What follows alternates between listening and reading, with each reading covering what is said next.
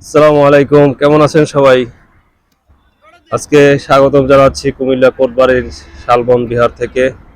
আজকে এখানে আছি, আপনাদেরকে এই শালবন বিহারের সৌন্দর্যাবলী ঘুরে ঘুরে দেখাবো। প্রিয় দর্শক, আপনারা জানেন এই কুমিল্লা এই শালবন বিহারটি হচ্ছে কুমিল্লার অনেকগুলি দর্শনীয় স্থানের মধ্যে অন্যতম একটি সৌন্দর্যাবলী নয়নাভিরাম একটি স্থান।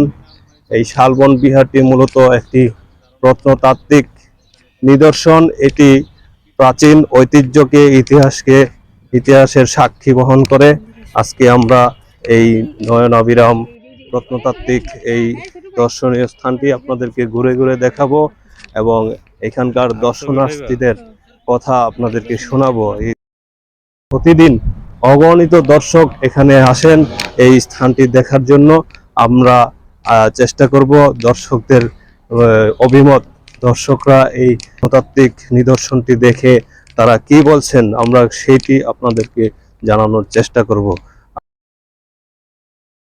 ভিডিওটি যারা দেখছেন অবশ্যই আপনারা কমেন্ট করে জানাবেন কে কোথায় থেকে দেখছেন, আর আপনাদের কাছে এই ভিডিওটি কেমন লাগলো তা অবশ্যই জানাবেন।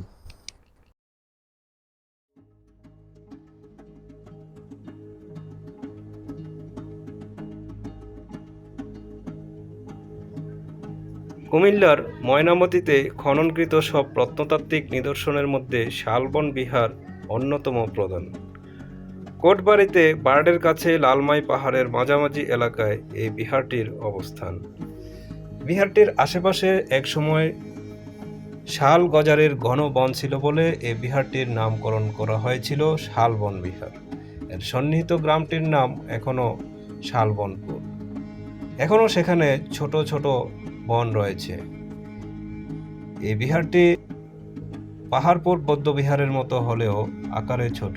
ধারণা করা হয় যে খ্রিস্টীয় 7ম শতাব্দীর শেষ থেকে 8ম শতাব্দীর প্রথম ভাগে দেব বংশের চতুর্থ রাজা শ্রীভবদেব এই বৌদ্ধ বিহারটি নির্মাণ করেন।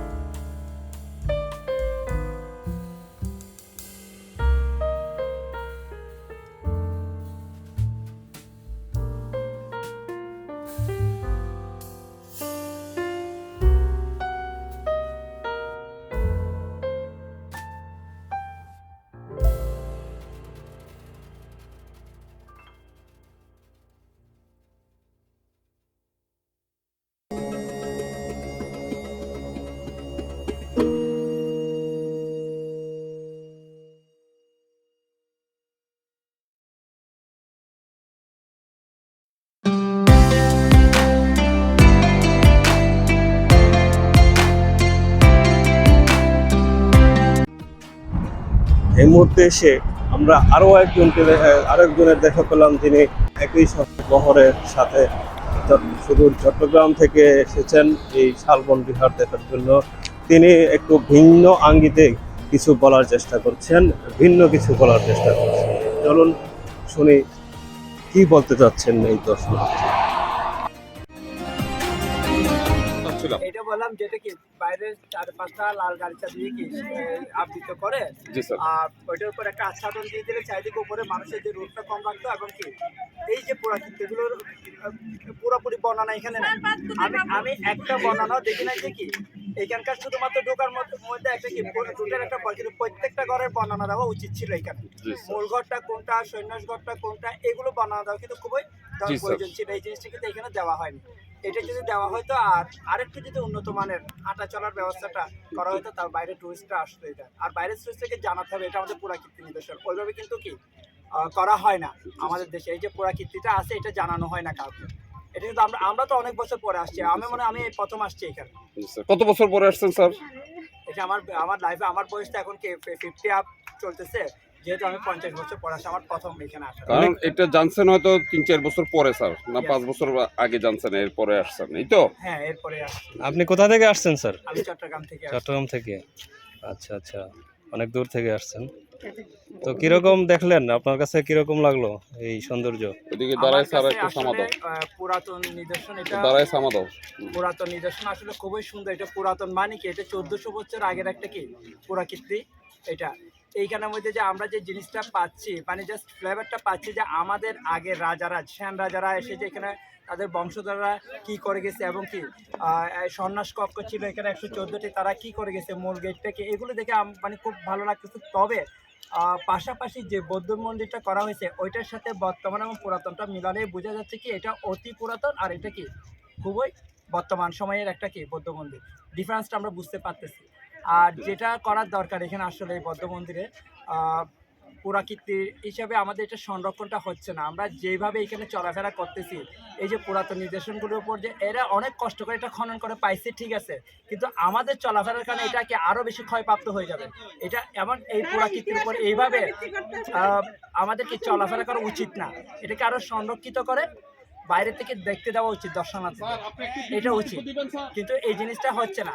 এটা করা উচিত ছিল কর্তৃপক্ষের। এটা যদি একটা বাইরে সুন্দর থেকে পয়েন্ট। দেখতে যে আমরা এখানে যত্রতত্র চলাফেরা করাটা আমাদের উচিত না। এগুলি কিন্তু আমাদের পায়ের তলায় ঘষা খেয়ে খেয়ে কিন্তু ক্ষয় হয়ে যাচ্ছে। এখানে যদি একটা নির্ধারিত রাস্তা থাকতো, এই রাস্তার উপর দিয়ে শুধু দর্শনার্থী হাঁটাচলা করতে পারবে, তাইলে মনে হয় আমার এই জিনিসটা আরো সুন্দর হবে, আরো আকর্ষণ হতো, মানুষের আকর্ষণ হতো। এখন তো এটা তো মনে হচ্ছে আমরা যেন কি পুরাকীর্তি হলে এটাকে আসলে কোন ডিমান্ডই দিচ্ছি না, ইচ্ছে মতো হাঁটতেছি আমরা। স্যার চট্টগ্রাম থেকে কতজন স্টুডেন্ট নিয়ে আসছেন দেখানোর জন্য, এটা সম্বন্ধে বলার জন্য? 127 জন স্টুডেন্ট নিয়ে আসছে চট্টগ্রাম থেকে। আপনার প্রতিষ্ঠানের নাম কি স্যার? জাবেস কোচিং সেন্টার, জাবেস প্রাইভেট টিচিং। কোন জায়গায় স্যার এটা? আমাদের আসলে চট্টগ্রামের মূল ব্রাঞ্চ হচ্ছে আমাদের আগ্রাবাদ কমার্স কলেজ রোড। আর আমাদের আরও 4টি শাখা রয়েছে, কর্নেলহাট শাখা, ডাউনহাট শাখা এবং সিটি গেট শাখা। সামনে বসে আমরা আরও 2টা শাখা উদ্বোধন করে চিন্তা ভাবনা করতেছি, একটা চকবাজার, একটা ডিসি। আপনারা যদি আমাদের পাশে থাকেন ইনশাল্লাহ আমরা এই শাখাগুলো উদ্বোধন করতে পারবো ইনশাল্লাহ। থ্যাংক ইউ স্যার, ধন্যবাদ আপনাকে। Thank you.